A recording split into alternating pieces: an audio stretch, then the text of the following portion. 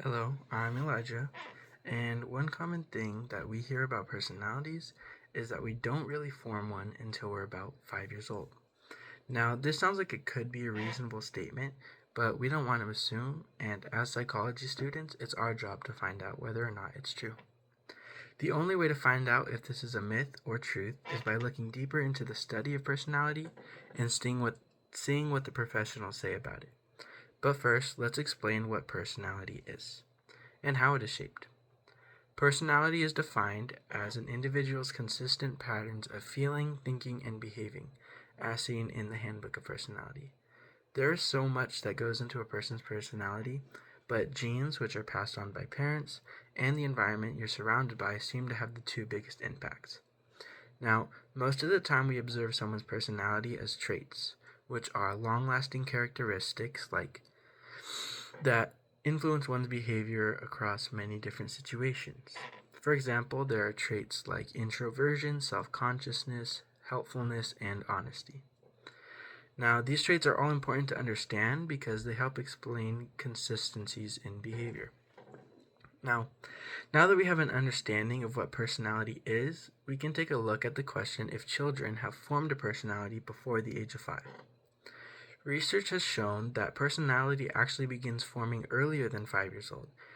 And even when babies are infants, they show some patterns of how they respond to their environment and how they might react in the future, which psychologists like to call temperament. Temperament includes traits like energy level, adaptability, smiling, self-esteem, or emotional reactivity. And these early tendencies often become the foundation for later personality traits. A 2015 study by Beekman and colleagues found that 4 different profiles of infant temperament from parent reports of their child's behavior. They found behaviors such as anger, fear, smiling, soothability at 9, 18, and 27 months of age. Now, these are all much younger than 5 years old, so I think it's fairly safe to say that their personalities are being formed far before that.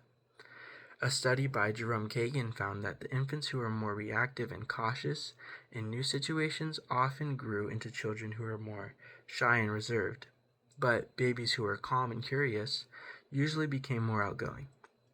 This shows that personality doesn't just switch on at age 5. It develops as a child grows, interacts with others, and experiences the world. So, is the idea that our personality isn't formed until 5 confirmed, plausible, or busted? I would say that with the evidence that we have, we would say that the myth is busted. Personality starts forming from birth and changes and develops through life. It is shaped by our biology and our environment. So, contrary to what the myth suggests, by age 5, much of a child's temperament, which is like the building block for its personality, has already grown into personality traits, meaning our personality starts taking shape much before we even start kindergarten. Thank you for listening, but now my friend Marley will take on another myth. Hi, I'm Marley Herrera, and today I'll be exploring the myth that babies have no memory until the age of 5. Many people believe this because we usually can't recall events from our early childhood, so it seems like babies just don't form memories at all. But research in psychology and brain development shows that's not actually true. Forming memories is a process our brain uses to take in, store, and recall information over time. This process starts with something called encoding, which is how our brain turns experiences into information we can keep and use later. There are also different kinds of memory that work together to help us remember. Long-term memory is what most people think of when they hear memory, and it's divided into 2 types, explicit and implicit. Explicit memory is our ability to remember facts, events, or places. For example, think of telling a story from your childhood. Implicit memory, on the other hand, involves learned skills or habits such as riding a bike or tying your shoes, which you can do without even really thinking about. Within explicit memory, there's also episodic memory, which stores personal experiences from our own lives. Each of these different types of memories don't develop all at once. They each gradually develop as the brain matures. Now that we have defined the different types of memories, let's look at when memory first begins. Research has shown that babies start forming memories almost immediately after birth. For example, in a study by Bushnell, Tsai, and Moulin in 1989, newborns only a few days old were shown their mother's face and a stranger's face. The babies spent significantly more time looking at their mother's face, showing that they recognized her. This is important because recognition of their mother's face requires memory. So this means babies are capable of remembering and distinguishing familiar people far before the age of 5. Another study by psychologist Caroline Rovee at Rutgers University explored memory in infants using a mobile tied to their ankle. When the babies kicked, the mobile moved, and over time, the babies learned that kicking made it move.